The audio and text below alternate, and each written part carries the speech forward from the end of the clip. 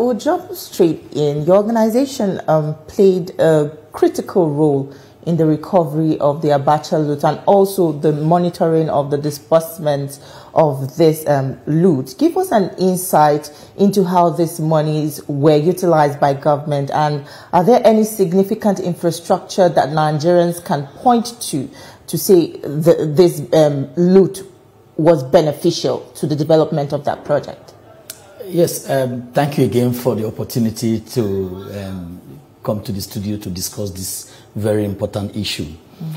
Asset restitution, like we rightly noted yesterday at the pre-summit, the pre-CSO summit, one of the things that have happened in Nigeria is that Nigeria have demonstrated that you can use recovered looted assets to build infrastructure. And one of these is what has happened, the 3 legacy projects in Nigeria. And before that, we also have investment in the people. For example, the $321 million that was recovered in Nigeria, which we all refer to the Abacha through, was used to build social investment program, and over 200,000 of the poorest Nigerians benefited. And we happens to be have the opportunity as civil society to have monitored these across the entire country. Nigeria was the first country that have demonstrated that you can use recovered assets to invest in the poor people. And the very poor and the poorest benefited from that investment when that money was disbursed through the National Cash Transfer Office. And so that was the first investment. And then the other second investment was the Abacha 3, which 311 million, which was used for the 3 legacy projects, the Lagos-Ibadan Road, the Abuja-Kano Road, and the Niger Bridge. These are 3 legacy projects. If you're familiar with the eastern part of the country, in the Christmas time, going back to the east is not something you'd like to experience. But since the investment in that part of the bridge, just ask any of your colleagues that are in that part of the country. They will tell you that traffic has reduced and that it is now very easy for people to move between Asaba and Onitsha because of the investment that has happened there. So that's one benefit. And then if you look at the investment in the Lagos-Ibadan Road, that's also one part of the story. So what it means is that Nigeria have demonstrated that you can use recovered assets to invest in infrastructure.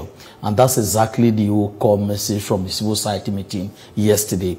And what do we want to do is that we want to again raise the momentum and then put more awareness and for the federal government to take more proactive action in ensuring that, because there are still assets.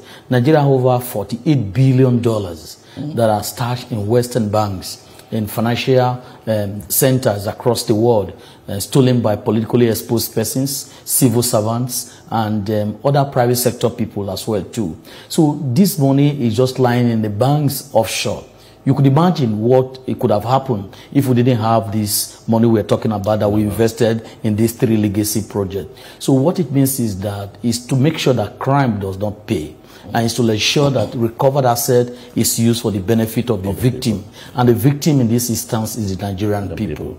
And so for us, it is a good thing that we are saying that the federal government of Nigeria is putting priority on this issue.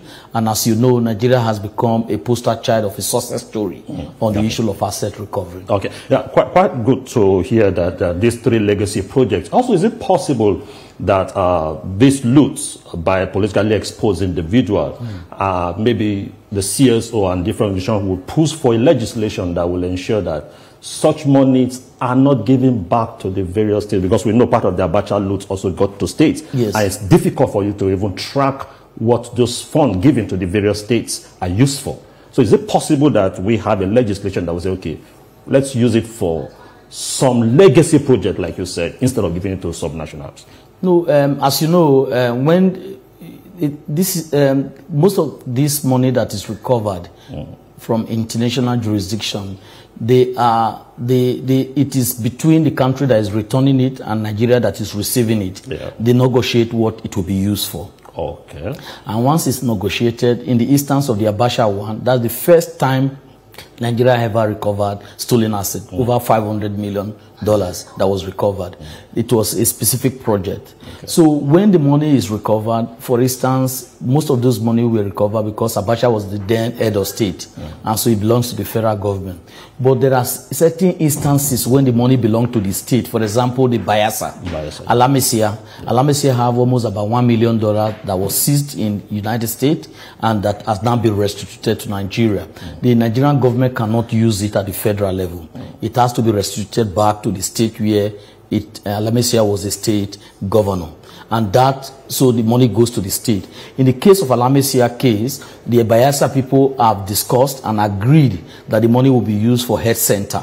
And so it's going to be used for resuscitating the health center.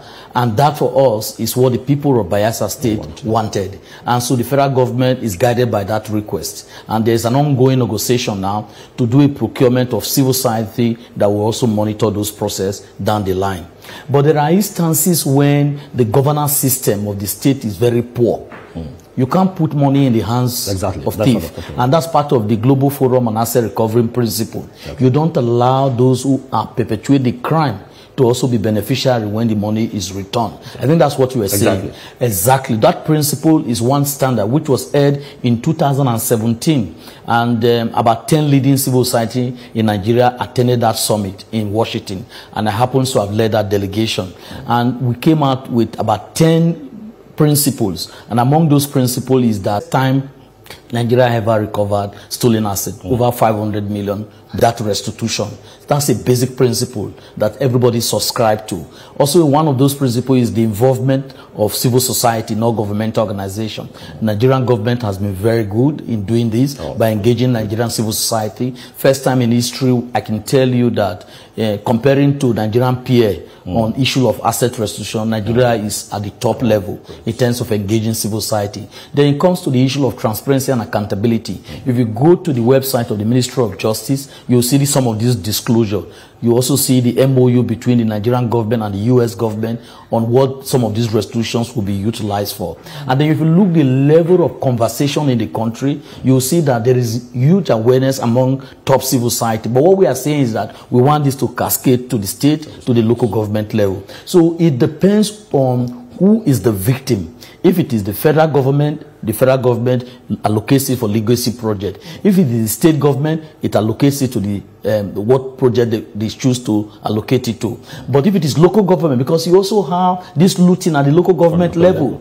But you know, it has been pronounced with Abacha. You know, Abacha has become a poster child for looting. You know, but the truth is that this looting also go on with politically exposed persons at the local government level, and that's why the existence of the proceeds of crime law, the POCA law, makes it now very important for the anti-corruption agency to establish asset recovering directorate in each of their units, like EFCC, ICPC, even NDLA, all these anti-corruption agency, they now establish this asset recovery unit, which help to assist in identifying stolen asset. And even if somebody commit a crime and they found out that the asset that it was found with is not commensurate with his income, it will be seized and then put back to the state coffer. And what we're asking is that a proper management, because the capacity of this anti-corruption agency to manage some of these assets is also something we are looking into, to strengthen their capacity, because there's one thing to seize an asset, there's another thing to be able to have the capacity to manage the asset. Take for instance, if a politically exposed person stole money and used it to build a hotel, and the hotel is running, you know, if EFCC sees that hotel, EFCC might not have the capacity to manage a hotel. And so that's why we are asking for a managerial capacity skill and the POCA. And I'm happy that part of the thing we are expecting from the national summit that the federal government is planning to organize very soon is the regulation around POCA to help aid the anti-corruption agency to effectively carry out the implementation of the POCA law. I'd like you to hold your